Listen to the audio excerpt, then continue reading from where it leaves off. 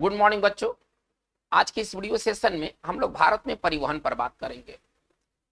ये ज्योग्राफी का एक इंपॉर्टेंट चैप्टर्स में से एक है और जीके आधारित जितनी भी परीक्षाएं होती हैं उसमें भारत में परिवहन से रिलेटेड सवाल आपको जरूर देखने को मिलेंगे। लेकिन ज्यादातर जो सवाल होते हैं ना वो जीके आधारित होते हैं, बहुत सवाल को डीप में नहीं ले जाया जाता है। जैसा कि आप जानते हैं कि भारत में परिवहन के कई साधन है, रेल मार्ग है, सड़क मार्ग है, जल मार्ग है, वायु मार्ग है। आज की इस वीडियो सेशन में हम लोग दो चीजों पर बात करेंगे। ये पार्ट वन हमारा आज का, ये जो भारत में जो परिवहन होगा ये पार्ट वन है, मतलब एक पार्ट अभी और आना बाकी है। ठीक है, तो आज के इस वीडियो सेशन में हम लोग जो बात करेंगे वो होगा सड़क परिवहन, रोड ट्रांसपोर्ट, और जो दूसरा हम लोग बात करेंगे वो होगा रेल परिवहन, रेल नेटवर्क। ठीक है ना। चलिए, तो आज हम लोग इस दो परिवहन पर बात करेंगे और इन्हीं से रिलेटेड सवाल आपको ज्यादा से ज्यादा देखने को मिलेंगे। चलिए, पहले भारत में पहले सड़क परिवहन पर हम लोग थोड़ा सा मेन बात कर लेते हैं। देखिए, भारत में जो सड़क की जो कुल लंबाई है, सड़क की जो कुल लंबाई है आज के समय में, ठीक है ना, वो कितना है? लगभग 62 लाख किलोमीटर। 62 लाख किलोमीटर की कुल लंबाई है। विश्व में इसका स्थान कितना है? और विश्व में इसका दूसरा स्थान है। टोटल रोड नेटवर्क में आप ऐसे समझिए, रोड नेटवर्क में भारत का जो स्थान है वो दूसरा स्थान है। अमेरिका का जो अमेरिका है ना, यूएसए है, ये उसका फर्स्ट रैंक है। दुनिया में सर्वाधिक जो सड़कें हैं वो अमेरिका में, उसके बाद भारत का स्थान आता है। चलिए, ये इंपॉर्टेंट बात है। चलिए, अब सड़क परिवहन में कौन कौन से परिवहन आते हैं तो चलिए थोड़ा सा उसको देख लेते हैं। सबसे पहले आता हमारा नेशनल हाईवे। सबसे पहले आता है नेशनल हाईवे, राष्ट्रीय राजमार्ग। नेशनल हाईवे जिसको हम एनएच के नाम से भी जानते हैं, ठीक है ना, ये राष्ट्रीय राजमार्ग जो है ना, इसकी जो कुल जो हिस्सेदारी है टोटल रोड में वो 2% की है। चलिए, इसके बाद आते हैं स्टेट हाईवे। इसके बाद हम आते हैं स्टेट हाईवे, है ना, जिसको हम राज्य राजमार्ग के नाम से भी जानते हैं। इसका कितना भाग है भाई? तो इसका टोटल लंबाई में इसका 4% की हिस्सेदारी है। इसके बाद हम आते हैं तो जिला डिस्ट्रिक्ट रोड में आते हैं। ठीक है ना, डिस्ट्रिक्ट रोड कितना है? वो पूरा रोड की लंबाई का डिस्ट्रिक्ट रोड कितना है, इसको आप जिला रोड भी कह सकते हैं। ठीक है ना, तो जिला रोड की जो लंबाई है वो टोटल लंबाई का 14% है लगभग में। और इसके बाद आते ग्रामीण सड़कें। ठीक है ना, और ये ग्रामीण सड़कें जो रूरल सड़कें हैं, इनकी जो कुल लंबाई में भागीदारी है वो लगभग 80% की भागीदारी है। तो चलिए, एग्जामिनेशन दृष्टिकोण से अगर ये तो हो गया कि ग्रामीण सड़कें सर्वाधिक लंबी हैं, सर्वाधिक ये सड़कें हैं भारत के अंदर में, लेकिन एग्जामिनेशन दृष्टिकोण से हम बात करते हैं तो सबसे ज्यादा सवाल पूछा जाता है नेशनल हाईवे से रिलेटेड सवाल पूछा जाता है। चलिए, भारत में जो नेशनल हाईवे की कुल लंबाई अगर हम बात करते हैं, हम आगे देखते हैं। नेशनल हाईवे बहुत इंपॉर्टेंट, नेशनल हाईवे से रिलेटेड सवाल आपको बार बार देखने को मिलने वाले हैं। नेशनल हाईवे जिसको हम एनएच भी कहते हैं। ठीक है ना। चलिए, अभी एनएच की जो टोटल जो लंबाई है, ये कुल लंबाई लगभग 1,40,000 किलोमीटर की लंबाई है। चलिए, अभी वर्तमान समय में इसका जो रिसेंट आंकड़ा है वो ये कहता है कि भारत में जो नेशनल हाईवे है वो 1.40 लाख किलोमीटर की लंबाई है। कुल लंबाई का कितना है भाई? कुल सड़क की लंबाई का यह मात्र 2% है। लेकिन यातायात परिवहन कितना करता है ये नेशनल हाईवे? यातायात परिवहन कितना ढोता है? टोटल सड़क के लंबा जितने भी सड़क मार्ग से जुड़े हुए चीजें, चाहे वो स्टेट हो या वो जिला हो या वो ग्रामीण हो, तो इसका 40% जो हिस्सेदारी है वो केवल हमारे नेशनल हाईवे की है। तो आप समझ सकते हैं कि नेशनल हाईवे कितना इंपॉर्टेंट है। चलिए, अब नेशनल हाईवे जो देख रेख करने वाली जो एजेंसी है, सरकार की जो एजेंसी है जो देख रेख करती है, वो NHAI एक संस्था है। ठीक है ना, एक नोडल एजेंसी है भारत सरकार की, जिसका गठन जो स्थापना हुआ था, ठीक है ना, वो 1995 में हुआ था। और ये आप ऐसे समझिए कि ये सड़क मंत्रालय के अंतर्गत, सड़क एवं राज्य मार्ग मंत्रालय के अंतर्गत ये आता है। ठीक है ना, ये इसकी स्थापना और इसी के देख रेख में सारे नेशनल हाईवे से जुड़े हुए काम होते हैं। यानी कि नेशनल हाईवे का रख रखाव की जिम्मेदारी किसकी है? तो NHAI की है। ठीक है ना, जिसकी स्थापना 1995 में की गई। चलिए, अब हम लोग सड़क परिवहन और रेल परिवहन से जुड़े हुए कुछ ऑब्जेक्टिव टाइप के सवाल को देख लेते हैं। चलिए, सबसे लंबा आप ऐसे समझिए, सबसे लंबा जो एनएच है ना, नेशनल हाईवे है, सबसे लंबा राष्ट्रीय राजमार्ग जो है, राष्ट्रीय राजमार्ग जो है वो NH 44 है। ठीक है ना, ये सबसे लंबा ये राष्ट्रीय राजमार्ग है जिसका नाम है NH 44 है। चलिए हम लोग बात को आगे, ये कहां से कहां तक जाता है NH 44? इसका पूर्व नाम था, इसका पूर्व नाम क्या था? तो NH 7 था। ठीक है ना, इसका पूर्व नाम था जो NH 7 था, ये श्रीनगर से कन्याकुमारी को कनेक्ट करता है NH 44। तो सबसे लंबा जो राष्ट्रीय राजमार्ग है वो NH 44 है। सबसे छोटा NH देख लेते हैं। चलिए, सबसे छोटा NH, सबसे जो छोटा NH है वो है NH 118 जो कि झारखंड में है, और इसकी जो कुल लंबाई है वो है 5 किलोमीटर की लंबाई है। चलिए, सबसे मतलब किस राज्य में सबसे ज्यादा NH है? ठीक है ना, सर्वाधिक, सर्वाधिक है ना राजमार्ग वाला राज्य कौन है? सर्वाधिक लंबा, सर्वाधिक लंबाई वाला, लंबाई वाला है ना राष्ट्रीय राजमार्ग का राज्य कौन है? राष्ट्रीय राजमार्ग वाला राज्य कौन है भाई? वाला राज्य कौन है? तो ये महाराष्ट्र है। महाराष्ट्र में सर्वाधिक लंबा, आप ऐसे समझिए कि NH है। चलिए हम आते हैं सबसे कम, आप ऐसे समझिए सबसे कम लंबाई है ना NH है ना वाला राज्य कौन सा है? तो वो गोवा है। गोवा खुद भी एक छोटा सा स्टेट है, आप वहां पर बहुत ज्यादा लंबाई वाले NH की आप उम्मीद नहीं कर सकते हैं। चलिए, सर्वाधिक रोड डेंसिटी वाला राज्य कौन सा है? सर बहुत इंपॉर्टेंट, सर्वाधिक रोड घनत्व, है ना सड़क घनत्व, रोड डेंसिटी, ठीक है ना, सड़क घनत्व, सड़क घनत्व वाला जो राज्य है भाई वो कौन सा है? तो सर्वाधिक जो सड़क घनत्व वाला राज्य है वो केरल है। चलिए हम लोग आगे बढ़ते हैं। सबसे कम, सबसे कम सड़क घनत्व वाला राज्य कौन है? सड़क घनत्व वाला जो राज्य है वो है जम्मू एंड कश्मीर है। चलिए हम लोग बात को हम लोग आगे ले जाते हैं। शेरशाह द्वारा जो मरम्मत किया गया, जिसको हम लोग GT रोड भी कहते हैं, ठीक है ना, वो आज कौन सा वो NH है? तो NH 44 और NH 19 है ना, उसी का भाग है। तो शेरशाह द्वारा, शेरशाह द्वारा मरम्मत किया गया, मरम्मत किया गया GT रोड, आज वो कौन सा NH बनाता है? तो NH 44 एंड NH जो है, ठीक है ना 19, ये इसी का भाग है, ये GT रोड का भाग है। बहुत इंपॉर्टेंट ये सारी बातें हैं। चलिए हम लोग आगे देखते हैं। विश्व की सर्वाधिक लंबाई वाली, है ना, चलिए वो केवल भारत का ही नहीं है, विश्व की सर्वाधिक लंबाई वाली, ठीक है ना, सबसे ऊंची सड़क सुरंग, सबसे लंबा भी है और सबसे ऊंचा भी है, सबसे ऊंची है ना सड़क सुरंग कौन है भाई? तो ये है अटल सुरंग, तो ये है अटल सुरंग, आप ऐसे समझे, अटल सुरंग जो कि हिमाचल प्रदेश में है। ये किस स्टेट में है? हिमाचल प्रदेश में है। अच्छा, इसकी कुल जो लंबाई कितना है? तो 9.02 किलोमीटर की ये इसकी लंबाई है, और ये किससे गुजरता है? तो रोहतांग पास, ठीक है ना, ये रोहतांग पास से गुजरता है। इसके बारे में इंपॉर्टेंट बात ये है। चलिए, गुजरता है। चलिए हम लोग बात को हम लोग आगे लेके चलते हैं। चलिए, सबसे लंबा, भारत में सबसे लंबा सड़क पुल कौन सा है ना, जो किसी नदी के ऊपर बना हुआ है, भारत में स्थित सबसे लंबा, ठीक है ना। चलिए अब हम लोग सड़क पुल के बारे में बात करते हैं। तो सड़क पुल ये है भूपेन हजारिका पुल, ठीक है ना, ये है भूपेन हजारिका पुल।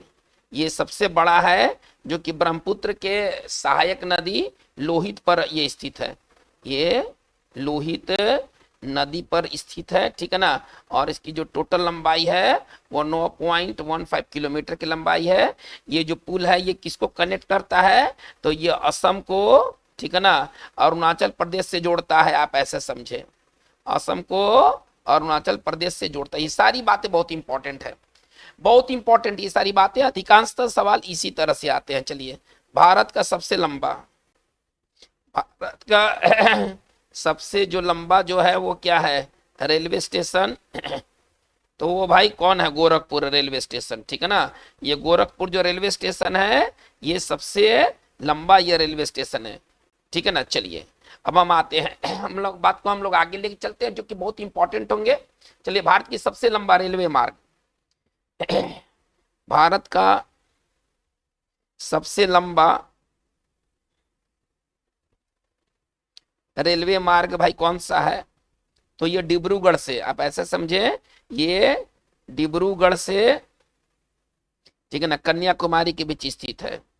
डिब्रूगढ़ से डिब्रूगढ़ कहाँ पर है, तो ये डिब्रूगढ़ जो है असम में है, आप ऐसे समझे, यानी कि आसाम से लेकर के तमिलनाडु के अंतिम छोर तक ये चला गया है, ठीक है ना। और इसकी कुल जो लंबाई है वो 4246 किलोमीटर है।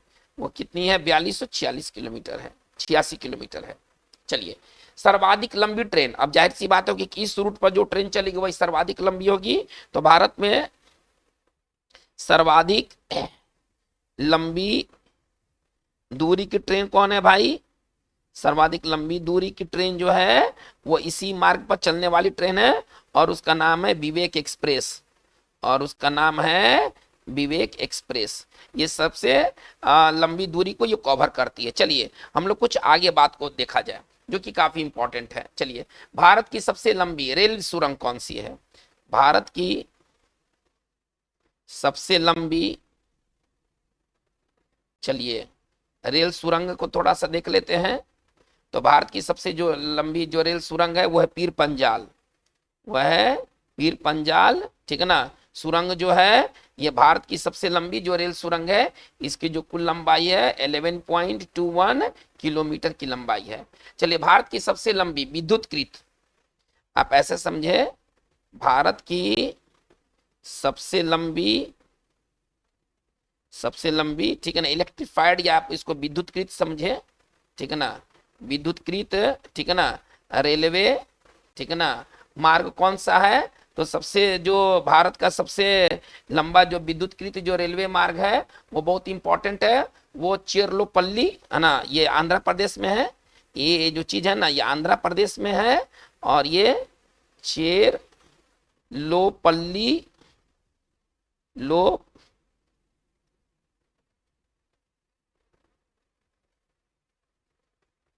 ठीक है ना, चेरलोपल्ली से लेकर के चेरलोपल्ली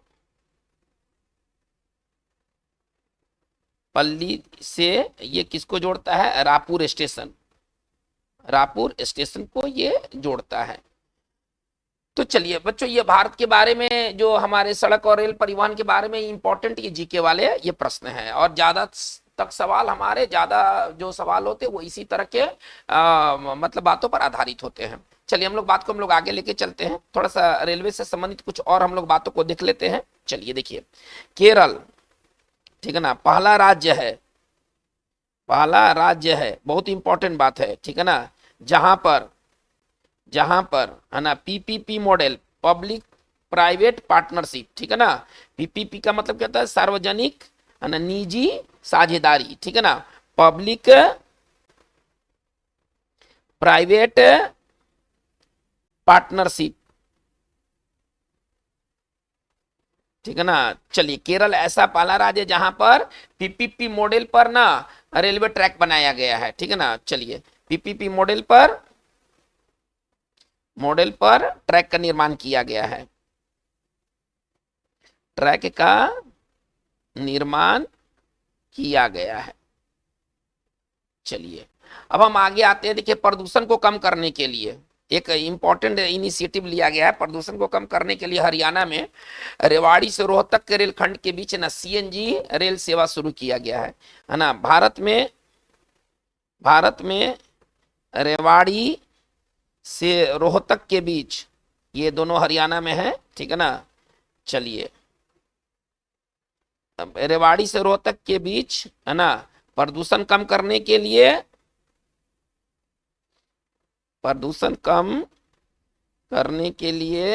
ठीक है ना, सीएनजी है ना, रेल स्टार्ट किया गया है, ठीक है ना। सीएनजी रेल खंड रेल सेवा शुरू किया गया है, सीएनजी रेल सेवा शुरू किया गया है। चलिए, शुरू किया गया है। ये सारी बहुत इंपॉर्टेंट बातें हैं। तो चलिए बच्चों, हम लोगों ने अभी सारे इंपॉर्टेंट ऑब्जेक्टिव टाइप की चीजों को देखा है। चलिए हम लोग वापस आते हैं नेशनल हाईवे की तरफ। नेशनल हाईवे जो है वो टोटल भारत में सड़क की लंबाई का मात्र 2% है, लेकिन वो यातायात संबंधित लगभग 40% चीजों को वो कैरी करता है। चलिए, अब नेशनल हाईवे के अंतर्गत कौन कौन से, देखिए नेशनल हाईवे देख रेख का काम कौन करता है। नेशनल हाईवे आपका जो है,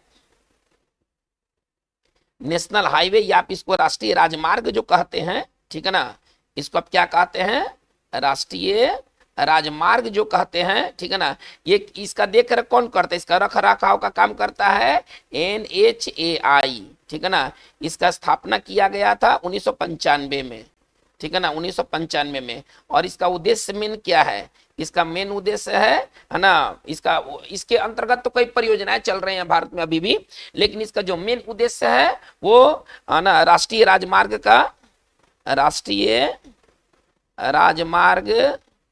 के विकास एवं रख रखाव।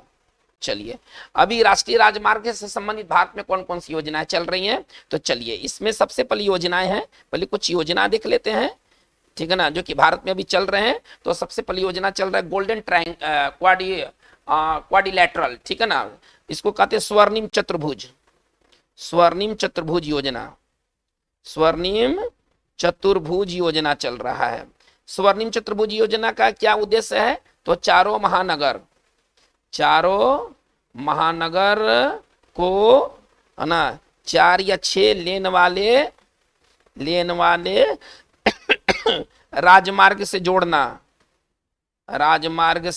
जोड़ना इसका मेन लक्ष्य है, ठीक है ना। चलिए, जो दूसरा है वो क्या है, उत्तर दक्षिण, ठीक है ना, उत्तर दक्षिण, आप ऐसे समझे, उत्तर दक्षिण। और क्या है, पूर्व पश्चिम है ना, राजमार्ग का गलियारा तैयार करना, ठीक है ना, गलियारा कॉरिडोर जो है तैयार करना, है ना, इसको मतलब कि इसको हाईवे से जोड़ना, इसका योजना है। देखिए, पहला जो योजना है वो बहुत इंपॉर्टेंट है, पहले आप इसको समझिए। पहला जो योजना है वो स्वर्णिम चतुर्भुज योजना है। इसका मेन लक्ष्य क्या है, तो 4 महानगर को 4 या 6 लेन वाले राजमार्ग से जोड़ना। दूसरा हमारा योजना जो भारत के अंदर चल रहा है, नेशनल हाईवे से रिलेटेड जो चल रहा है, वो दूसरा योजना क्या है, तो उत्तर दक्षिण और पूर्व पश्चिम गलियारे का विकास करना, ठीक है ना। चलिए, अब इसको थोड़ा सा हम लोग आगे लेके चलते हैं। इसको देखिए कि उत्तर दक्षिण और पूर्व पश्चिम क्या है। देखिए, तो ये उत्तर दक्षिण गलियारा क्या है भाई, थोड़ा सा इसको देख लेते हैं। उत्तर में आपका है श्रीनगर से कन्याकुमारी, राजमार्ग का विकास, ठीक है ना।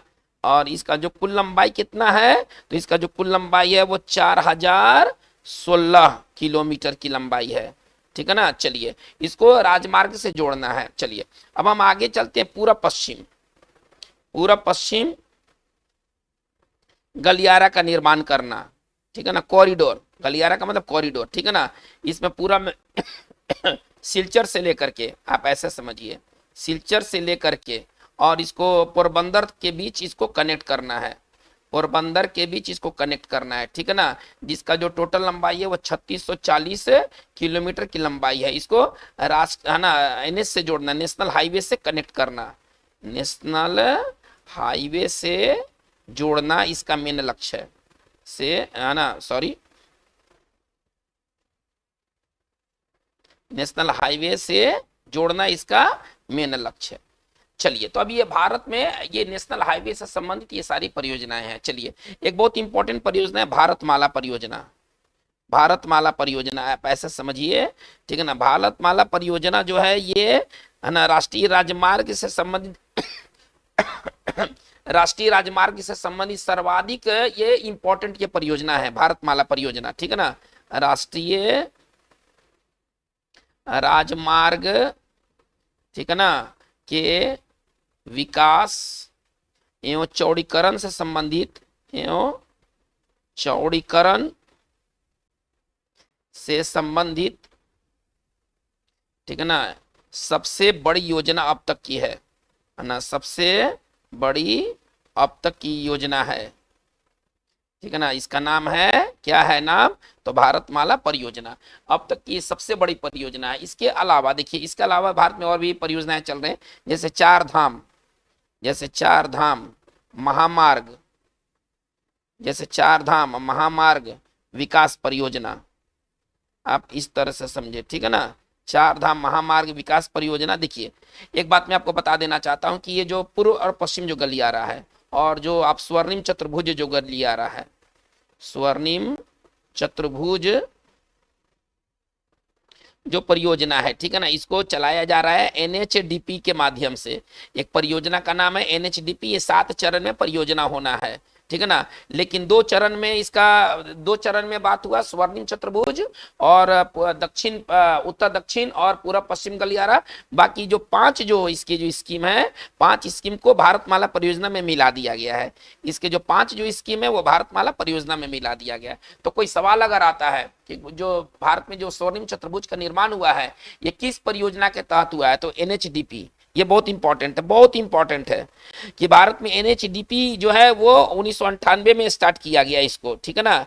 और इसके टोटल 7 चरण थे, आप ऐसा समझिए, इसके टोटल 7 चरण थे।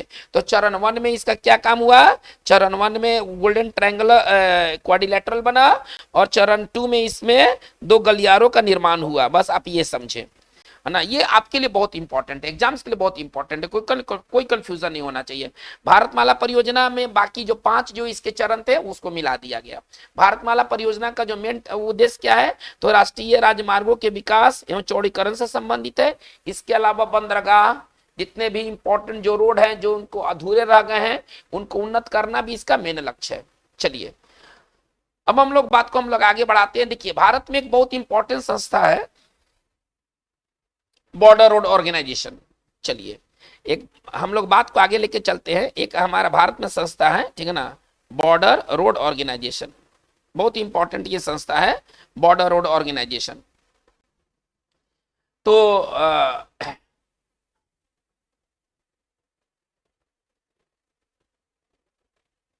चलिए ये बॉर्डर रोड ऑर्गेनाइजेशन जो है इसकी स्थापना कब हुआ था, इसकी स्थापना जो हुआ था 1960 ईस्वी में हुआ था। पहले इसको समझ लिया जाए। चलिए बॉर्डर रोड ऑर्गेनाइजेशन के बारे में हम बात करते हैं। देखिए इसका उद्देश्य क्या है, इसका मेन उद्देश्य क्या है, इसका मेन काम क्या है, पहले इसको समझ लिया जाए। सीमा एवं संवेदनशील क्षेत्रों में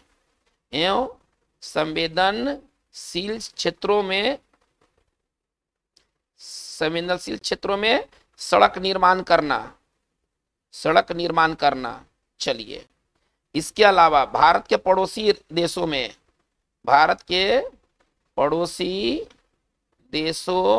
में भी सड़क का निर्माण कौन कराता है, एनएचएआई कराता है कि बीआरओ कराता है, बॉर्डर रोड ऑर्गेनाइजेशन। आप ऐसे समझे, इसका गठन 1960 में हुआ था। अभी भारत में जितने भी नक्सल प्रभावित क्षेत्र हैं उनमें रोड बनाने का काम कौन करता है, बीआरओ करता है। ये ध्यान में रखना है। जितना भी बॉर्डर से जुड़े हुए जो रोड हैं उनका निर्माण कौन करता है, उनका निर्माण बीआरओ करता है। भारत के पड़ोसी देशों में भी सड़क निर्माण है ना, सड़क निर्माण में भागीदारी लेता है, सड़क निर्माण में भाग लेता है, उसका नाम है बीआरओ। चलिए इसके अलावा इसका एक और महत्वपूर्ण काम है कि जितने भी हाई एल्टीट्यूड पर जितने बर्फबारी होती है उनको हटाने का, बर्फ को हटाने का काम कौन करता है, बीआरओ करता है। इसके अलावा है ना, हाई एल्टीट्यूड पर अति ऊंचाई, हाई एल्टीट्यूड पर है ना बर्फबारी हटाने का काम भी, बर्फ को हटाने का कार्य भी कौन करता है, ये सारा कार्य करता है बीआरओ, ठीक है ना। चलिए अभी बीआरओ कौन कौन स्कीम चला रहा है, थोड़ा सा स्कीम को देखा जाए तो पहला है हीरक परियोजना, बहुत इंपॉर्टेंट परियोजना, हीरक परियोजना, प्रोजेक्ट हीरक। यह महाराष्ट्र में चलाया जा रहा है ना, महाराष्ट्र के नक्सल प्रभावित क्षेत्रों में, है ना। पहले चलिए बीआरओ द्वारा, बहुत इंपॉर्टेंट बात है, बीआरओ द्वारा चलाया गया परियोजना थोड़ा सा देख लेते हैं कौन कौन सा परियोजना बीआरओ चला रहा है। तो परियोजना का नाम है आपका प्रोजेक्ट हीरक। चलिए, ये प्रोजेक्ट हीरक कहाँ चलाया जा रहा है भाई? तो प्रोजेक्ट हीरक चलाया जा रहा है महाराष्ट्र के, ठीक है ना, नक्सल प्रभावित क्षेत्र में। इसके बाद है प्रोजेक्ट बीकॉन, बहुत इंपॉर्टेंट है। प्रोजेक्ट बीकॉन चलाया जा रहा है जम्मू कश्मीर में। इसको जम्मू कश्मीर की ना जीवन रेखा भी कहते हैं, ठीक है ना। प्रोजेक्ट बीकॉन को ना जम्मू कश्मीर की जीवन रेखा भी कहते हैं। और एक और इंपॉर्टेंट है प्रोजेक्ट चलिए, और जो हमारा जो तीसरा जो प्रोजेक्ट है उसका नाम है प्रोजेक्ट दंतक, ठीक है ना। प्रोजेक्ट दंतक ये कहाँ चलाया जा रहा है? तो ये पड़ोसी देश भूटान में चलाया जा रहा है। भूटान में रोड निर्माण का कार्य हो रहा है इस परियोजना के तहत, ठीक है ना। चलिए चलिए बच्चों, हम लोग बात को आगे लेके चलते हैं। अब हम लोग थोड़ा सा रेल परियोजना को देख लेते हैं, ठीक है ना। अब हम लोग थोड़ा सा रेल परिवहन को देखते हैं। ये तो सड़क परिवहन के बारे में मुख्य बातें हो गई, थोड़ा सा अब रेल परिवहन को देख लिया जाए। देखिए, भारत में कुल लंबाई कितनी है रेलवे की भाई? तो आज के समय में देखा जाए तो 68,000 किलोमीटर की लगभग में इसकी लंबाई है, 68,000 किलोमीटर में। चलिए, स्थान कौन सा स्थान है इसका? विश्व में इसका चौथा स्थान है, फोर्थ इसका पोजीशन है, चौथा स्थान है भारतीय रेलवे नेटवर्क का। ये बहुत इंपॉर्टेंट है। चलिए, और ये भारत का सबसे बड़ा है ना, ये भारत का सबसे बड़ा जो भारतीय रेलवे है, भारत का सबसे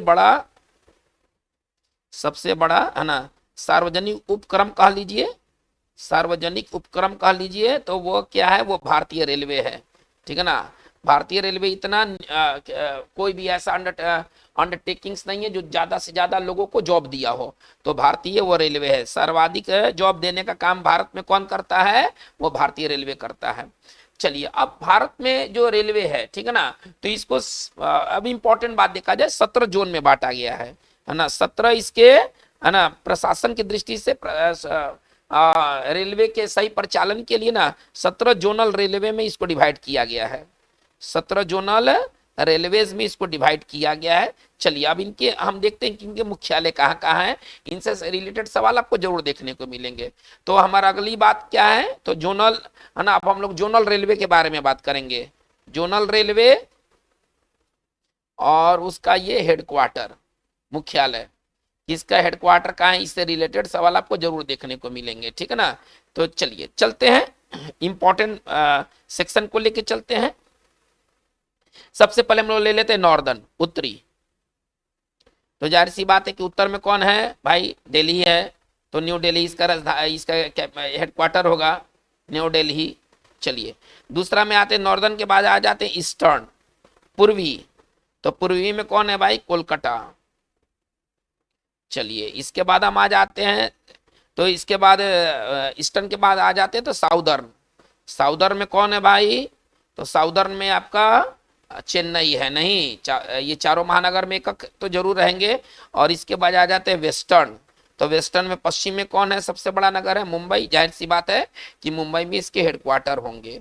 इसके बाद 5वां नंबर में आ जाते हैं सेंट्रल। सेंट्रल रेलवे का भी जो हेडक्वार्टर है वो मुंबई में है, आप ऐसे आ जाते हैं। इसके बाद हम आते हैं, अब हम आते हैं ईस्टर्न, एक एक लेके चलते हैं। सबसे पहले आते हैं ईस्ट कोस्ट, सबसे पहले आते हैं है ना पूर्वी तटीय, ईस्ट कोस्ट देख लेते हैं।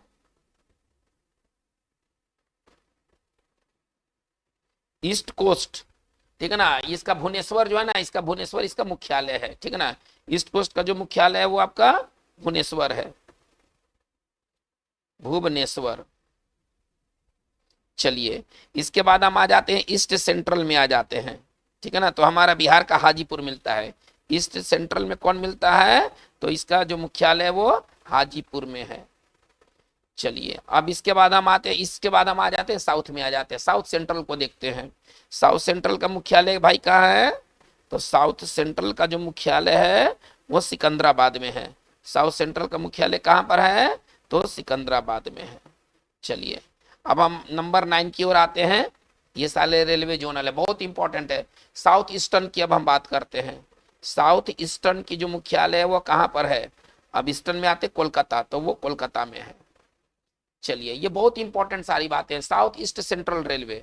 अब हम आते हैं साउथ ईस्ट सेंट्रल रेलवे, थोड़ा ध्यान दिया जाए। सेंट्रल रेलवे, ठीक है ना, इसका जो मुख्यालय वो कहां पर है, तो इसका मुख्यालय बिलासपुर में है। साउथ ईस्ट सेंट्रल रेलवे का जो मुख्यालय है वो बिलासपुर में है। साउथ वेस्टर्न रेलवे, अब हम आगे आते हैं, साउथ वेस्टर्न रेलवे, ठीक है ना, तो इसका मुख्यालय कहां पर, हुबली में है। हुबली, ये कर्नाटक में, ये हुबली जो है ना ये कर्नाटक में है, हम ये समझते हैं। साउथ वेस्टर्न का मुख्यालय जो है वो आपका हुबली में है। साउथ सेंट्रल रेलवे, अब हम आते हैं south central railway. Central railway का मुख्यालय कहां पर है, जबलपुर में है।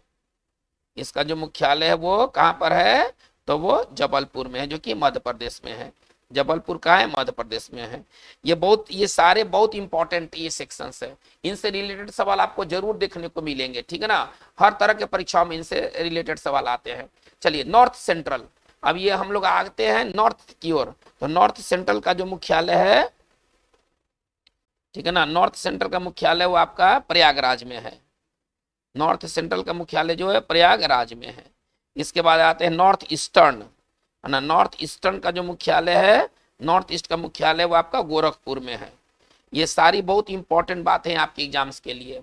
चलिए अब हम आते हैं नॉर्थ ईस्ट फ्रंटियर, अब हम आते हैं नॉर्थ ईस्ट फ्रंटियर, ठीक है ना, इसका मुख्यालय जो है वो गुवाहाटी मालीगांव में है, जो कि गुवाहाटी में पड़ता है, मालीगांव में है, जो कि गुवाहाटी में है।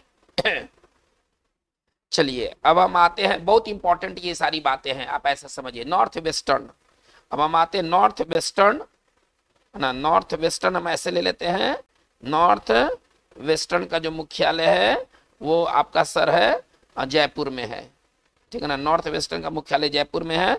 और इसके बाद 17वां नंबर पर आता है मेट्रो रेलवे, तो मेट्रो रेलवे का मुख्यालय कोलकाता में है। मेट्रो रेलवे, तो मेट्रो रेलवे का जो मुख्यालय है वो कोलकाता में है। चलिए, तो ये रेलवे से संबंधित ये रेलवे जोन थे और इनके ये हेडक्वार्टर थे।